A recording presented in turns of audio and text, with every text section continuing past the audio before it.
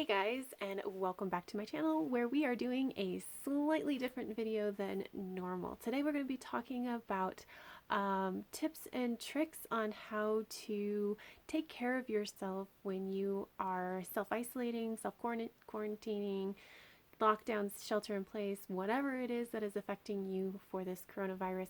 This is how you can take care of yourself. I feel like I'm in a good position to give these tips because I don't get out much. I do not have a full-time job primarily because the jobs that are available to me do not pay enough to cover childcare for both of my children. I do have a part-time job, but that's been telecommute for years, and I talk to my boss like once a week even. Um, I don't have any family in the area, and I have very, very few friends. I do not get out much, so I know the importance of these tips that I'm going to be sharing with you in taking care of yourself and reducing the level of stress you've got going on. A lot of these are not going to necessarily be super new, interesting things. A lot of them are you've probably heard before, but reiteration is never bad. And maybe there is something you haven't heard that helps or an explanation that resonates with you. And that's always good. I'm not going to go super in depth on anything, partially because a lot of these are out there. But if you have questions, please leave them down below. I will be happy to answer them. And if you want me to go in depth on anything, again, let me know. And if it's a big enough topic, I'll maybe make another video. But without further ado, here are my tips and tricks to survive isolation. First of all, routines. You need to have them. So, routines, I'm not talking about like regimenting every hour of the day. I'm talking about some very basic things. Go to bed at the same time every night, wake up at the same time every morning, and have your meals the same number of meals every day and have them at approximately the same time. Sleep and food routines will go a long, long way to making you feel like you have a really good routine. Along with that, have a simple plan for the day. So I know that for every weekday, my simple plan is that I wake up at 6:30, I help my children get ready. The older one has school starting at 8:30. I entertain the little one during that time. We have lunch, then it's nap time for the little and more schoolwork or outside time for the older, and then there's dinner, and then there's relaxation, and then it's bedtime. And that's my basic plan for every day. And yeah, it changes the routine, like the details of it change, but that's the basic outline of the majority of my days. And knowing that helps relieve some of the stress. And then part of that routine, it is extremely helpful if you plan on taking a shower, getting dressed, and brushing your teeth every single day. And the reason is because those are the things that most of us need to feel physically clean. If you can't do all of them, brush your teeth because oral health will help with physical health. But aim for all three. And because when we feel physically clean, mentally we just do a lot better. So try to have that as part of your very simple routine for the day. Speaking of physical health, you kind of need to put in an actual effort to have as much activity as you did previously. So I am not advocating for a full-on exercise program unless you have the time and the inclination. I am just saying you need to make an effort to have some physical activity every day because a lot of us get some just from being outside the house. And not being outside the house means that you have to make the effort. And so it can be easy. It can be a walk around the block if you are allowed to do so. It can be going out in the backyard and running around if you have one. Jumping jacks on the balcony of your apartment, again, if you have one. It may mean taking the clothes off of that treadmill that you bought a year ago and just haven't used since. It may mean that you go onto YouTube and find like a workout, like especially yoga video that you can do with the instructor. And that's also a really nice one if you're in an apartment and need to worry about noise. So just something, but do something. Even walking circles around your apartment or home or whatever it is can be really useful, but you do need to make the effort. And then another thing you need to make an effort for is to stay hydrated. Drink liquids. I don't care what liquids you are drinking. I am not going to police you. The only thing is that you need to stay hydrated, and it's really easy to tell. And for that, we're going to use what the Boy Scouts say, and that is copious and clear, guys. You need to be you need to go to the bathroom a lot. If you're hydrated, you're going to the bathroom a lot, and your urine is clear. So the darker your urine, the more dehydrated you are most of the time. There are some exceptions to that particular rule, but for the most part. So as long as your urine is clear and you're going to the bathroom frequently, you are drinking enough liquids. Okay? But stay hydrated. Along with that, try to have some relatively balanced, healthy meals, whatever that looks like to you. And the more you can do this, the more it's going to help. The average person does not do very well having processed meal after processed meal after processed meal. And so as much as you can add in a variety of types of foods, honestly, you guys, grilled cheese and apple slices is a nice balanced meal, okay? It doesn't have to be difficult to be better. But the more you can, and look, I'm not going to sit here and judge you if you're having mac and cheese every night because that's all you can manage to do. There's, grocery stores are wiped clean of a lot of things, and we don't all have the time or the spoons to give to making nice meals. And I'm not advocating for that, but just as much as you can, as much as you're able to, having balanced, healthier meals, again, whatever that means to you, and your dietary restrictions is going to help. Mental health. There's a lot of things that you can be doing for your mental health, and I'm going to stick to 4. And the first one is meditation. And yes, I know. However, meditation is not just sitting in a quiet room and thinking of nothing, okay?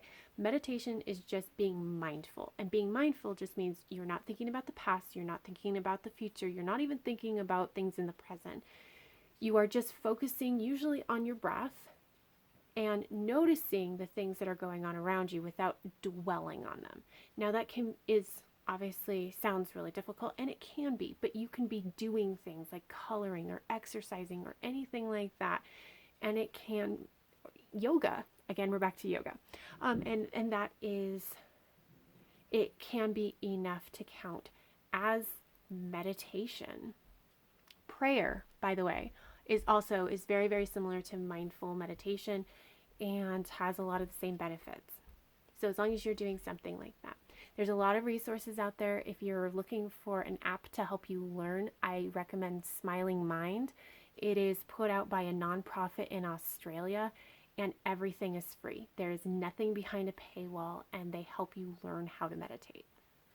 It's a free little plug there. So number 2 for your mental health, go outside. Again, we're back to take a walk around the block. Go outside in your backyard if you have one. Go out on your balcony if you have one. Honestly, even sitting next to an open window can help. It's sunshine and fresh air, and I don't know why it works. I just know that it really, really does. If you're having a moment, if you're just feeling very, very blah, take a 5-minute break and go stand in the sun, because it's just so helpful. Number 3, keep the house relatively clean. Sort of. This is a 2-parter. So if it's just you in the house, things will probably stay about the same. But if it's more than just you, so I'm part of a family of 4, it is messy in my house because it's messier than normal because we're not used to having everybody here at the same time. So it's just necessarily messier. And I have accepted that it's generally not going to be super clean. But I do still put in the effort to make sure that it doesn't ever get super messy. So I will, We try to have the boys pick up their toys before nap time. We try to have the boys pick up their toys before bedtime. I will kind of walk around in little spurts and like tidy things up. My husband will also kind of tidies as he goes. So we're keeping it from becoming completely chaotic is the point. But except that it's not going to be super clean. You just want to keep it from getting super messy. Number 4, keep your mind engaged. Now, this is especially important if you are not working from home. If you have nothing going on, then you need to make sure that you're doing something to engage your mind. We're talking like full on like tips that you would generally give to the elderly, okay? Like you want to do things that are card games or puzzles or crosswords, Sudoku, those kinds of things. You can do go learn a language. There's also free apps for that or other ways that are not apps. But you can also like learn a new skill, especially if it was something you were already planning on learning and you got the materials for and now you just have to do it. This is a really great time for that, especially if it's a creative pursuit that you were generally putting off because it was a creative pursuit instead of something, that you consider necessary for your day-to-day. Let's get into socialization. So this is a really, really big topic. And it's really important to understand that everybody has different needs around this. So everybody needs a specific amount of alone time. They need a specific amount of time with their significant other if they have one. They need a certain amount of time with their immediate family, whatever that means to you. They need a certain amount of time with friends. And then there's other social groups that they may need as well. And that might be religious organizations or like the bowling league or, your coworkers or whatever it is. You need a certain amount of social time with each of these different groups. And your balance among that is going to look very different than anybody else's. My balance is way different than my husband's, is way different than my mom's, is way different than my neighbor's. And you knowing what your balance is going to be incredibly helpful. And if you don't already know it, you're going to learn pretty quickly because when you start getting out of balance, it really affects your mental state. So let's talk about the socialization with others that you can't go and see.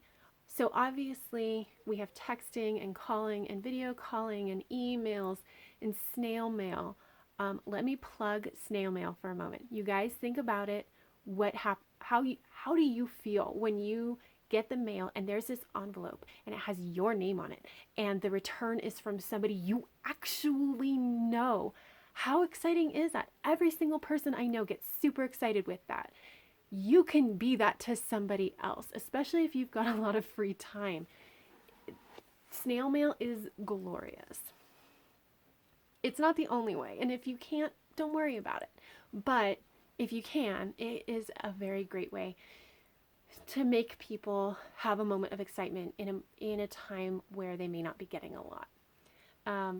But you can also, set up dates. It can be an impromptu, hey, I have some time. Do you want to talk on the phone? It can be a set time. I do that with my stepsister where we call each other every Monday and talk for a couple hours. Like, whatever it is, try to set up dates. You can do games online even. And again, it can be at a set time or kind of evolving. But it's like you can get so creative with this. I know that there's a website that does like D&D even and apparently it's kind of a pain to load your character sheet, but the actual play is pretty good. You can do like chess. I'm sure that there's online things, but you could also just take a picture of your board and send it back and forth. Like you can buddy read. You can do a lot of these different things. And obviously there's big forums to talk about any topic you want. And there's Discord and YouTube and Twitter and all these places where you can engage with other people. And it really is important to do so. I also think that it's important to check in with other people on a regular basis. And so to that end, I have a list of about 7 people that I try to text at least every other day just to make sure that we're doing okay. And it's not even a, hey, how are you doing? It's literally like, my stepsister and I send pictures of the kids back and forth, and that's our check-in. And like, you know, with my sister-in-law, I tell her what I'm making and she tells me like what she's craving. My niece, we're budding reading a book, and so I'm constantly like, where are you? What do you think about this book? And she's telling me. And so it can be that easy, but just try to check in with each other. But in all of that, keep in mind that you do need alone time. And especially if you are actually living with others, it can be really difficult to find that alone time. And so you may need to schedule it and say, this is the time where I'm not taking care, I'm not fulfilling my caretaking duties. I am not doing anything with you. I'm not doing anything. I'm sitting here reading a book. I'm having a cup of coffee. I am going to like scroll through my phone because why not? And I'm just going to take time for myself. And making sure you get that time is incredibly important. If you are part of a couple, communication is going to be key, especially if you've never had to do this kind of intensive stay at home together all the time.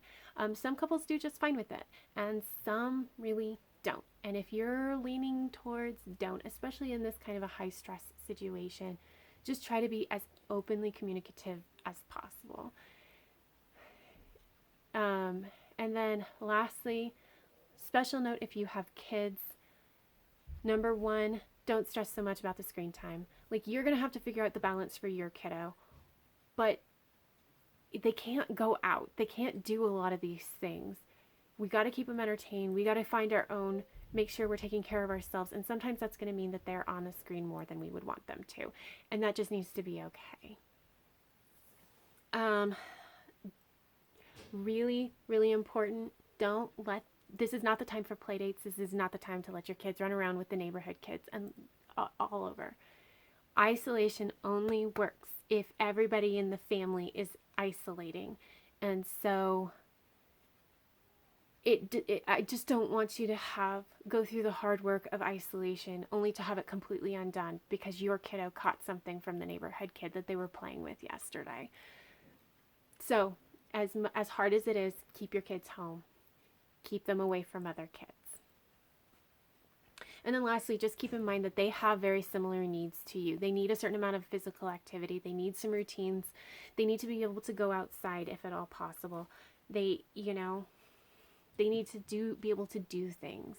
So if your kiddo is acting out, acting up, keep in mind that they're probably stressed from this situation too. Their entire lives are in upheaval, and they may not be getting the things that they need. So just try to work through it with them and see if any of the above tips help for them. And if not, reach out to some professionals because it might just be the stress of having their whole lives in upheaval. But that is it, you guys. That's what I've got. I do generally follow this, and I am making sure, especially now that I do all of these different things. And while I still do get very stressed out, it helps. It helps keep it manageable.